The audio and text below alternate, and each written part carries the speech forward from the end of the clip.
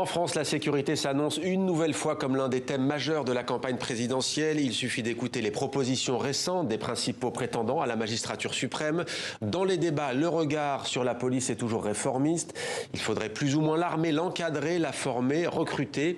Le journal français La Croix a voulu nous raconter la police actuelle, celle que les Françaises et les Français ont actuellement en 2022. Bonsoir Michael Kor. Bonsoir. Bienvenue à vous sur TV5 Monde, journaliste, reporter à La Croix. Vous êtes l'auteur de ce grand format intitulé « Au commissariat, un an au cœur de la police ». Illustration Stéphane Ouari, c'est à lire dans la version hebdomadaire du journal. Avec nous également Denis Jacob, policier secrétaire général du syndicat Alternative Police. Vous avez bien entendu lu cette enquête que vous avez ici même. Michael Kor, 40 pages d'un récit haletant, s'écrit comme un polar, un peu à l'américaine d'ailleurs, avec des personnages plutôt principaux, d'autres plus secondaires. Pourquoi est-ce que vous avez décidé de passer une semaine par mois durant toute l'année 2021 dans ce commissariat central de Roubaix? Et d'ailleurs, pourquoi cette ville? En fait, il y a 2 ans, j'avais eu l'occasion de passer 3 jours, comme c'est souvent le cas, dans un commissariat. Et je me suis rendu compte qu'en fait, je ne savais absolument pas ce qui s'y passait.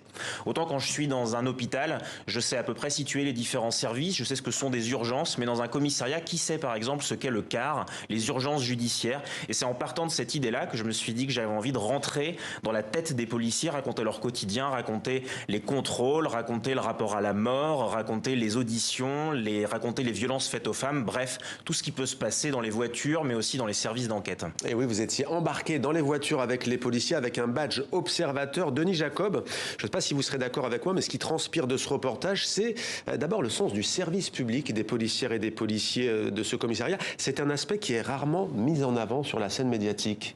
Oui, complètement, mais permettez-moi en préambule déjà de remercier Michael Kor pour le reportage qu'il a fait. C'est suffisamment assez rare pour le souligner, et en plus la qualité de ce reportage qui expose vraiment bien la réalité du policier. Vous parliez de réforme en ouverture de ce journal. Entre les annonces gouvernementales, les budgets conséquents, importants qui sont donnés et leur concrétisation sur le terrain, eh bien, il y a encore un énorme fossé. Alors oui, le sens du service public, bien évidemment, enfin, nos collègues sont policiers pour porter aide, assistance et secours à nos concitoyens. Et cet article démontre le travail de 90% de la police nationale, qui est de la police générale, de la police secours, avec tous les problèmes qu'ils peuvent rencontrer en termes de moyens, en termes de hiérarchie. Et malgré tout, eh bien, ils sont au service au public, ils sont présents et ils font leur travail quotidiennement avec un très grand professionnalisme. Michael Kor, qu'apprend-on à force de monter, de descendre de ces voitures de police avec ce badge observateur, de vivre les interventions, de suivre les auditions, de passer du temps aussi avec des geôliers, des placés en garde à vue? Eh bien, on apprend déjà qu'on n'a rien à craindre de la transparence. Et en France, c'est pas rien quand on parle de police. Il y a d'autres pays, par exemple, je pense à l'Angleterre, qui ont plus une culture de donner les chiffres, d'expliquer ce que la police fait. Et moi, ce que j'ai appris sur le terrain, c'est qu'effectivement, il y a des choses compliquées. Je pense par exemple au contrôle d'identité. J'ai un chapitre qui s'intitule les contrôles aux faciès. Il y a aussi des situations difficiles. J'ai un chapitre qui s'intitule les ripoux. Il y a des vols dans un commissariat. Il y a une gestion des ressources humaines qui est pas toujours facile. Et c'est intéressant de se mettre à la place du commissaire aussi, qui doit gérer toutes ces questions-là. Mais en fait, le raconter de manière simple, raconter aussi les difficultés, par exemple la prise avec les personnes qui ont des problèmes psychiatriques et qui sont peu pris en charge parfois dans des hôpitaux psychiatriques qui manquent aussi de moyens, raconter véritablement le quotidien des policiers. En fait, c'est pas quelque chose de polémique, c'est quelque chose que l'on doit aussi aux Français. C'est un sujet éminemment d'actualité, les violences conjugales. Dans ce commissariat, il y a toute une cellule dédiée avec 12 enquêtrices. Je dis enquêtrices parce qu'elles sont majoritairement femmes. Il y a notamment Marion, une jeune de 23 ans, il me semble. Et à un moment donné, vous assistez, elle est au téléphone, l'une des enquêtrices. Non, non, madame, vous ne la retirez pas votre plainte. Non, il y a trop de boulot dessus. Ça fait des mois. Non, madame, allô, putain, merde. La jeune enquêtrice, elle pète les plombs. En fait, ça synthétise cette question-là, ce qu'on peut demander à la police et ce qu'on ne peut pas lui demander. À un moment donné de notre histoire, aujourd'hui, on est très sensible à cette question des violences faites aux femmes. Donc on crée, après le confinement de 2020, cette brigade spécialisée, 12 enquêtrices. Aujourd'hui, elles travaillent sur 1200 dossiers. Ça fait 100 dossiers par tête. Quand elles arrivent le lundi matin, elles se disent, sur mes 100 dossiers, quelle est ma priorité? Qu'est-ce qu'il faut que je travaille? Et elles ont peur qu'il y ait un féminicide. Voilà. Et ce qui est intéressant, quand on voit cette situation, c'est de se dire que, d'une part, c'est important et il y a effectivement des choses qui sont faites dans les commissariats et on prend en compte cette demande sociale. Mais d'autre part, la police ne pourra jamais à elle seule réparer la société. La police a besoin d'être en partenariat, il y a besoin d'éducation, il y a besoin d'en parler dans les médias et on peut pas demander à des policiers de faire ce que la société doit faire. C'est-à-dire 2100 heures supplémentaires pour les 12 policiers et policières de cette unité. Alors ça revient aussi beaucoup dans le débat. L'administratif, d'ailleurs Emmanuel Macron propose de mettre plus de policiers sur le terrain qui n'occuperaient que 37% cette place sur le terrain. Est-ce que vous diriez que les policiers croulent aujourd'hui sous cette charge administrative? Ah, non seulement ils croulent, mais ils sont complètement débordés. Et je remercie une nouvelle fois Michael Kor pour ce qu'il vient de dire, parce qu'au moins, c'est pas un syndicaliste policier qui le dit. Moi, je le dis depuis des années, mais on peut toujours estimer que je ne suis pas impartial ou objectif sur la situation, que la police nationale ne peut pas régler à elle seule tous les maux de la société. Et oui, mes collègues d'investigation, quel que soit le service d'ailleurs, on parlait du CAR tout à l'heure, mais que ce soit ce type de brigade spécialisée sur... Pardon, comment vous l'expliquez? Vous avez cité l'Angleterre, en Grande-Bretagne par exemple, il y a 3 fois plus d'administratifs qui sont chargés à ces tâches qu'en France. Pourquoi on n'a pas cette dimension-là en France? Mais parce que déjà on a un problème d'outils, on a un problème de moyens, on a un problème de réforme de la procédure pénale. Nous on prône depuis maintenant 7 ans la dématérialisation, l'oralisation de la procédure plutôt que de passer son temps derrière un ordinateur à dactylographier. On a des outils numériques aujourd'hui qui le permettent. Alors, il y a des choses qui sont mises en place. Moi, je ne nie pas tout ce que ce gouvernement, notamment, a pu développer en la matière, mais on a encore actuellement des états généraux de la justice qui sont en cours, auxquels nous ne participons pas. Et c'est ça aussi le problème en France, dans ce pays, l'absence d'échanges transversaux entre les institutions. On a eu un Beauvau de la sécurité avec la police qui travaille dans son coin, puis on a des états généraux de la justice avec les magistrats dans leur coin, mais il n'y a pas de transversalité entre les deux professionnels que sont les policiers et les magistrats, et donc il y a une fracture pour régler ces problèmes-là en commun, collectivement, et on espère que ces états généraux vont aboutir à un vrai résultat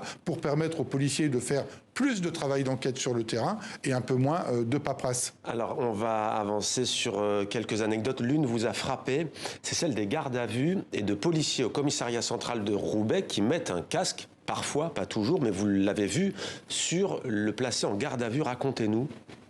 En fait, l'une des grandes angoisses des policiers lorsqu'ils occupent la fonction de geôlier, voilà, j'ai tout un chapitre qui parle de cette fonction-là. Donc le geôlier, c'est celui qui est dans ce bocal souvent un peu panoptique au milieu des cellules et qui garde en fait les interpellés, les gardés à vue, ceux qui sont aussi interpellés pour ivresse publique manifeste, etc.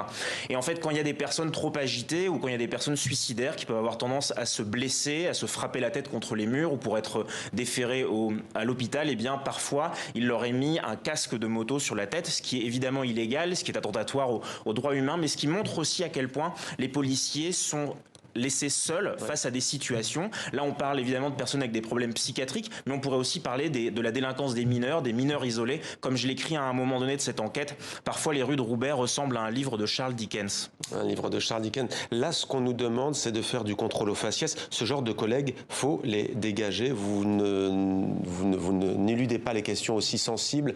Est-ce que les policiers et les policières vous ont parlé librement de ces questions et de ces griefs qui leur étaient faits, souvent contrôle aux faciès, violence policière, racisme? Alors, moi, je me suis intéressé sur ces questions-là aussi à qu'est-ce qu'on demande aux policiers. Le policier qui me dit, là, ce qu'on me demande, c'est de faire du contrôle aux faciès. C'est un policier, on est en voiture, il reçoit un coup de fil et on lui demande de faire, entre guillemets, de l'étranger en situation irrégulière. C'est-à-dire qu'on lui demande d'utiliser l'attestation de déplacement au moment du confinement. Donc, on est dans ce contexte-là pour, en fait, chercher des étrangers puisque à la frontière nord avec la Belgique, c'est par là que passe la moitié des migrants que l'on retrouve à Calais, à Grande-Synthe. Mais je tiens à dire aussi une chose, je tiens à penser à ce policier de la BAC, un grand policier un peu dégingandé.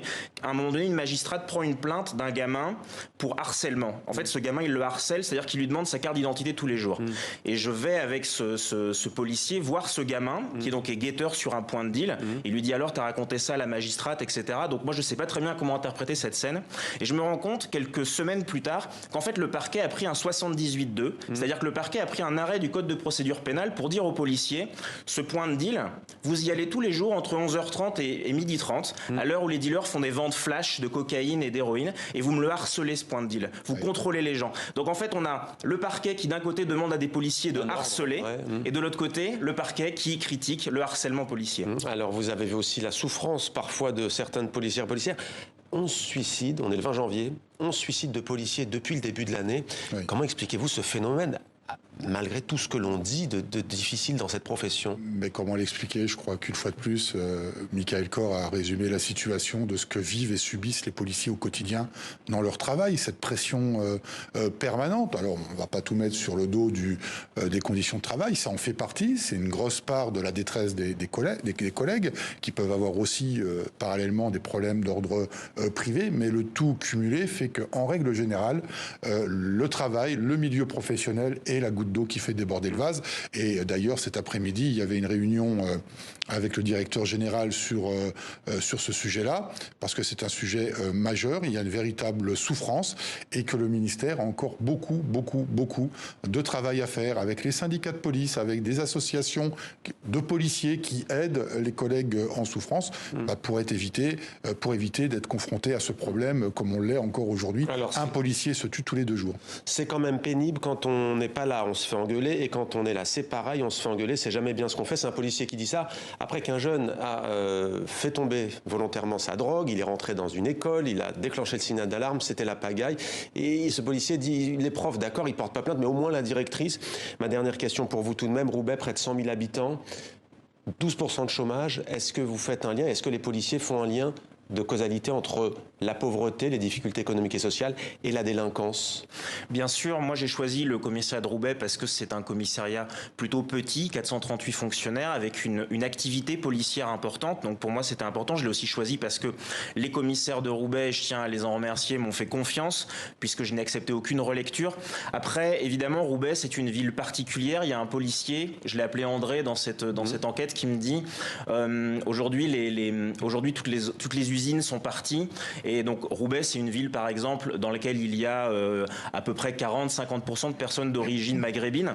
Et bien quand on regarde où sont parties les usines, par exemple Damar, aujourd'hui les unités de production sont en Tunisie. Merci beaucoup, ce sera le mot de la fin au commissariat, un an au cœur de la police. Merci beaucoup à tous les deux messieurs d'avoir été nos invités dans 64 minutes sur TV5 Monde.